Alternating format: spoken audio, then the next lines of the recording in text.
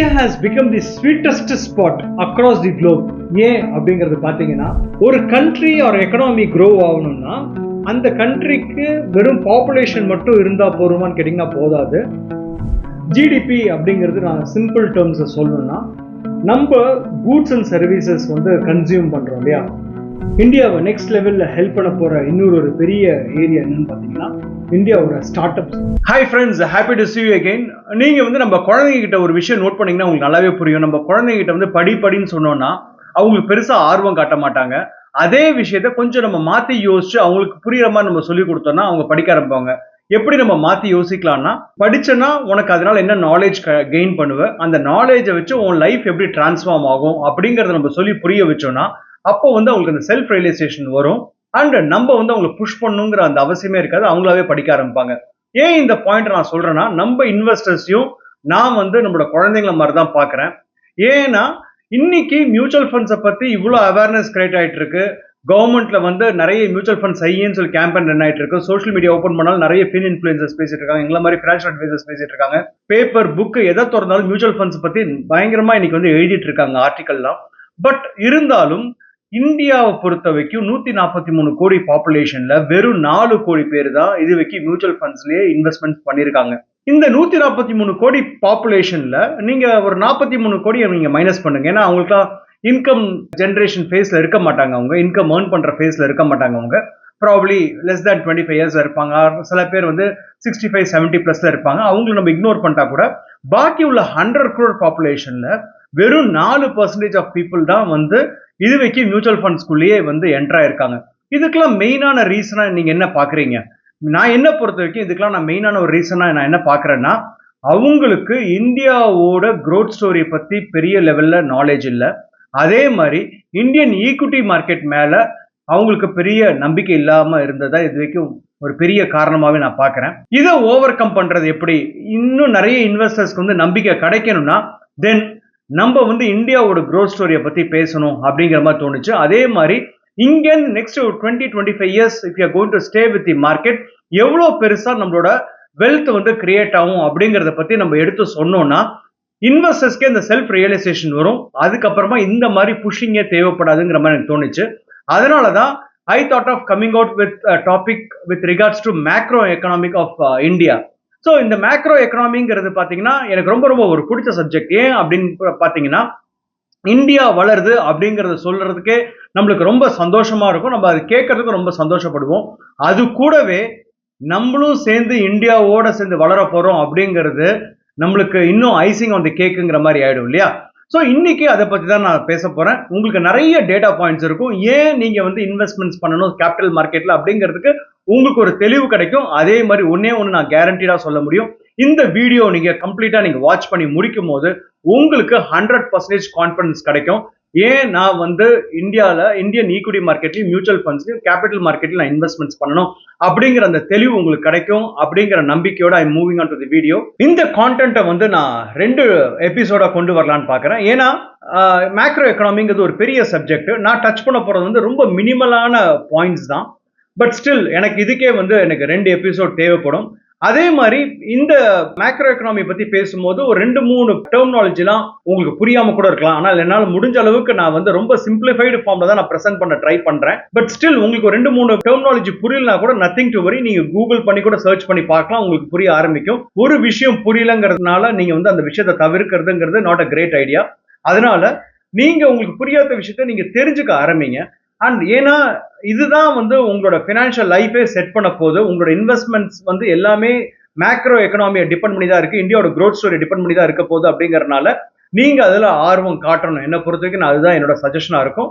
And உங்களுக்கு investments ரிலேட்டடா ஏதாவது உங்களுக்கு சந்தேகமோ இல்ல உங்களுக்கு ரீஸ்ட்ரக்சரிங் கரண்ட் போர்ட்ஃபோலியோ ரீஸ்ட்ரக்சரிங் பண்ணாலும் you please get in touch with our office in this number. We'll be able to help you out and let me get into the video right now. India has become the sweetest spot across the globe. ஏன் அப்படிங்கிறது பார்த்தீங்கன்னா, எது வந்து India வந்து பெரிய லெவல்ல shine ஆகாம போனதுக்கு எது ஒரு பெரிய காரணமா ஒரு குற்றச்சாட்டா இருந்ததோ அது வந்து இன்னைக்கு பெரிய பூன் ஆயிடுச்சு. நத்திங் பட் அவரோட பாப்புலேஷன். இந்தியாவை பொறுத்த வரைக்கும் இந்தியாவோட பாப்புலேஷன் வந்து ரொம்ப ஜாஸ்தி. அதனால தான் இந்தியா வந்து முன்னேறதுக்கு வந்து ரொம்ப ஸ்லோவா இருக்கு அப்படிங்கிற மாதிரி எல்லா கண்ட்ரியுமே வந்து பெரிய குற்றச்சாட்டு வந்து நம்மளோட இந்தியா மேல திணிச்சாங்க. அண்ட் இந்தியாவோட total population is around 143 crore and we are the number one highly populated country across the world and we have beaten China also. And India ஏன் வந்து இந்த ஸ்வீட்டஸ்ட் ஸ்பாட்டா மாறி இருக்கு அப்படிங்கிறது பார்த்தீங்கன்னா, இந்தியாவில் any MNC for that matter, இந்தியாவில் வந்து அவங்க ஆரம்பிச்சு அவங்க சக்ஸஸ்ஃபுல்லாக பண்ணிட்டாங்கன்னா ஆல்மோஸ்ட் 20% ஆஃப் தி வேர்ல்டு பாப்புலேஷனில் கிட்டத்தட்ட 700 கோடியில் 143 கோடி வந்து இந்தியாவில் தான் இருக்கு. அப்படிங்கிறப்போ அவங்களுக்கு இது ஒரு பெரிய மார்க்கெட்டாக இருக்கும் இல்லையா? இது வந்து ப்ராடக்டை செல் பண்ணுறதுக்காக அந்த பெர்ஸ்பெக்டிவ் நான் சொல்கிறேன். இது இன்னொரு பெர்ஸ்பெக்டிவ் நான் இப்போ பார்க்கலாம். ஒரு கண்ட்ரி ஆர் எக்கனாமி க்ரோ ஆகணும்னா அந்த கண்ட்ரிக்கு வெறும் பாப்புலேஷன் மட்டும் இருந்தால் போருமான்னு கேட்டிங்கன்னா போதாது. அந்த கண்ட்ரியோட ஆவரேஜ் ஏஜ் வந்து நம்மளுக்கு தெரிஞ்சிருக்கணும். இப்போ இந்தியாவை பொறுத்தீங்கன்னா ஆவரேஜ் ஏஜ் பார்த்தீங்கன்னா 29 இயர்ஸ், சைனாவும் யூஎஸும் பார்த்தீங்கன்னா அரௌண்ட் 37, ஜப்பானை பொறுத்த வரைக்கும் 49. இது வந்து என்னன்னு சொல்லுவாங்கன்னா எக்கனாமிக் டேர்மில் பார்த்தீங்கன்னா வந்து திஸ் இஸ் கால்ட் டீமோகிராஃபிக் டிவிடெண்ட்ங்கிற மாதிரி சொல்லுவாங்க. டீமோகிராஃபிக் டிவிடெண்ட்ஸ் அப்படிங்கன்னா என்னன்னா, ஒர்க்கிங் பீப்புளை விட நான் ஒர்க்கிங் பீப்புள் வந்து கம்மியாக இருக்கணும் பர்சன்டேஜ் வைஸ். அப்படின்னா தான் எக்கனாமிக் ஆக்டிவிட்டி வந்து நல்லா இருக்கும் அண்ட் கண்ட்ரியோட க்ரோத் வந்து பயங்கர ஃபாஸ்ட்டாக இருக்கும். அது எப்படி உங்களுக்கு ரியல் டேர்மில் நான் சொல்லணும்னா, இப்போ வந்து 0 to 25 இயர்ஸில் ஏஜ் குரூப்பில் இருக்க மக்கள் வந்து ஜாஸ்தியாக இருந்தாலும், இல்லை 55க்கு மேலே உள்ள மக்கள் வந்து ஜப்பான் மாதிரியான கண்ட்ரிலாம் பார்த்தீங்கன்னா 55க்கு மேலே இருக்க மக்கள் ரொம்ப ஜாஸ்தி. ஸோ இந்த மாதிரி இருக்கிற பட்சத்தில் என்ன நடக்கும்னா, நார்மலாகவே அவங்களுக்கு ஏர்னிங் பெருசாக இருக்காது இல்லையா? அப்போ கன்சம்ஷன் பெருசாக நடக்காது. அப்போ வந்து எக்கனாமிக்கல் ஆக்டிவிட்டி வந்து ஸ்லோ டவுன் ஆகும். அதே இது நம்ம இந்தியாவை பொறுத்த வரைக்கும் 25 to 55 இயர்ஸ் ஏஜ் குரூப்பில் இருக்க மக்களோட பர்சன்டேஜ் பார்த்தீங்கன்னா அரௌண்ட் 45%. அண்ட் இது மட்டும் இல்லாமல் 2041 வரும்போது this is going to scale up to 59% and that is going to sustain in that range above 50-55 ப்ளஸில் பார்த்தீங்கன்னா டில் 2056 வரைக்கும் சஸ்டெயின் ஆகுங்கிற மாதிரி டேட்டா சொல்லுது. ஸோ இதனால என்ன நடக்கும்னா, people will earn more and they will start consuming more.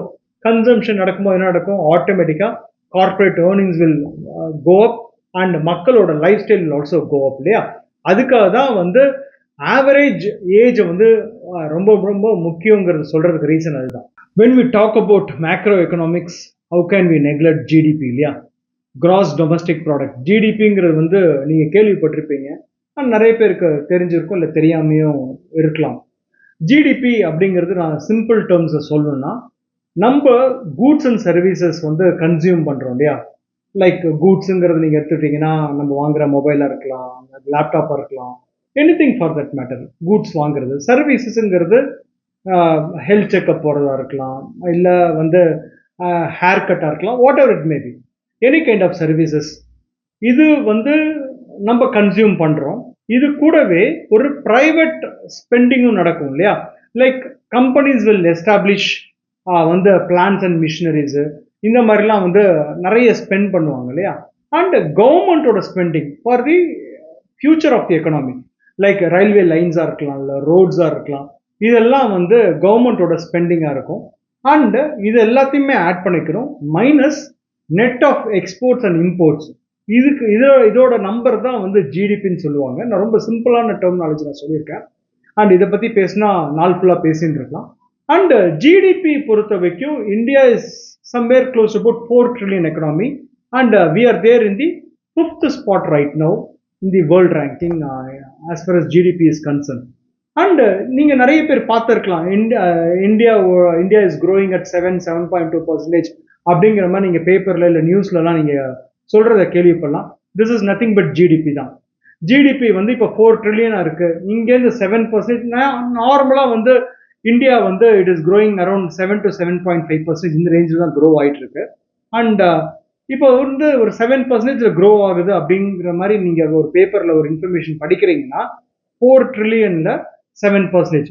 So கிட்டத்தட்ட வந்து 0.28 trillion வந்து லாஸ்ட் இயருக்கு இந்த வருஷத்துக்கும் இந்தியா க்ரோ ஆயிருக்கு அப்படிங்கிறது தான் இதோட மீனிங். ஸோ ஜிடிபி என்ன குறிக்குது அப்படிங்கிறத பார்த்தீங்கன்னா, ஜிடிபி வந்து ஒரு எக்கனாமி நல்லா பண்ணிட்டு இருக்கா இல்லையா அப்படிங்கிறது குறிக்கிறது தான் ஜிடிபி. ஃபார் எக்ஸாம்பிள் கோவிட் டைமில் பார்த்தீங்கன்னா நம்மளோட ஜிடிபி வந்து ரொம்ப பெருசாக ஷ்ரிங்க் ஆச்சு. ஏன்னா எக்கனாமிக்கல் ஆக்டிவிட்டி எதுவுமே நடக்கல இல்லையா? அப்போ எந்தெல்லாம் கண்ட்ரில வந்து ஜிடிபி வந்து குறைஞ்சுக்கிட்டு போதோ அங்க வந்து எக்கனாமி வந்து வீக்கான பொசிஷன்ல இருக்குன்னு அர்த்தம். எங்கெல்லாம் வந்து ஜிடிபி வந்து நல்லா இருக்கோ, சஸ்டைனபிளா இருக்கோ, லைக் நம்மளோட கண்ட்ரில வந்து 7%ங்கிறது ஃபேண்டாஸ்டிக் ஜிடிபி growth. இந்த மாதிரி க்ரோ ஆயிட்டு இருக்க எக்கனாமில வந்து அந்த கண்ட்ரி வந்து ரொம்ப பிரமாதமா போயிட்டு இருக்குங்கிற மாதிரி தான் அர்த்தம் அது. அண்ட் 2030-31ல India is going to touch is going to become 10 trillion எக்கனாமியா மாறப்போகுதுங்கிற மாதிரி எக்ஸ்பெக்டேஷன்ஸ் இருக்கு. அதே மாதிரி 2047ல this is India is going to become 30 trillion எக்கனாமியா மாறதுக்கான வாய்ப்புகள் ரொம்ப ஜாஸ்திங்கிற மாதிரி எக்ஸ்பெக்டேஷன்ஸ் இருக்கு. And when we talk about GDP we should not forget per capita income இல்லையா. இப்போ இந்தியாவோட பர் கேபிட்டா இன்கம் சராசரியா வந்து மக்களோட ஏர்னிங்ஸ் பார்த்தீங்கன்னா it is around 2300 2400 US dollars. Approximately நம்ம ஐஎன்ஆர்ல சொல்லணும்னா 1,75,000 ருபீஸுங்கிறது ஆவரேஜா இந்தியன் வந்து ஏர்ன் பண்ற மணி பர் ஆனம். ஸோ இது வந்து எந்த அளவுக்கு பெருசா க்ரோ ஆகும் அப்படிங்கிற மாதிரி பார்த்தீங்கன்னா this is going to touch say close to about $5,300 in 2031, and by 2047 this is going to touch 15,000 US dollars. Close to about 1 lakh will be an income per month அப்படிங்கிற மாதிரி, அதாவது 12 lakhs per annumங்கிற மாதிரி மாறுறதுக்கான possibilities are very very high அப்படிங்கிற மாதிரி தான் வந்து வந்து பர் கேபிட்டா இன்கமோட ப்ரொஜெக்ஷன்ஸ் இருக்கு இந்தியாவை பொறுத்த வரைக்கும். இந்தியாவை நெக்ஸ்ட் லெவலில் ஹெல்ப் பண்ண போற இன்னொரு பெரிய ஏரியா என்னன்னு பார்த்தீங்கன்னா இந்தியாவோட ஸ்டார்ட் அப்ஸ் தான். அண்ட் 2016ல பார்த்தீங்கன்னா வெறும் 450 ஸ்டார்ட் அப்ஸ் தான் இருந்தது. அண்ட் பை 2024 எவ்வளோ ஸ்டார்ட் அப்ஸ் தெரியுமா இருக்கு? கிட்டத்தட்ட 1 lakh ஸ்டார்ட் அப்ஸ் இருக்குங்க. இந்த 1 lakh ஸ்டார்ட் அப்ஸ்ல பார்த்தீங்கன்னா யூனிகார்ன்ஸ் அப்படிங்கிற மாதிரி சொல்லுவாங்க. யூனிகார்ன்ஸ் அப்படிங்கிறது என்னன்னா company which is having valuation of $1 billion.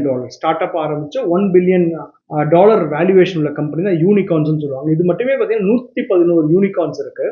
And சூனிகார்ன்ஸ் சொல்லுவாங்க. அடுத்த லெவலில் யூனிகார்னா ஆக போற கம்பெனிஸ் வந்து பார்த்தீங்கன்னா 107 கம்பெனிஸ் இருக்கு.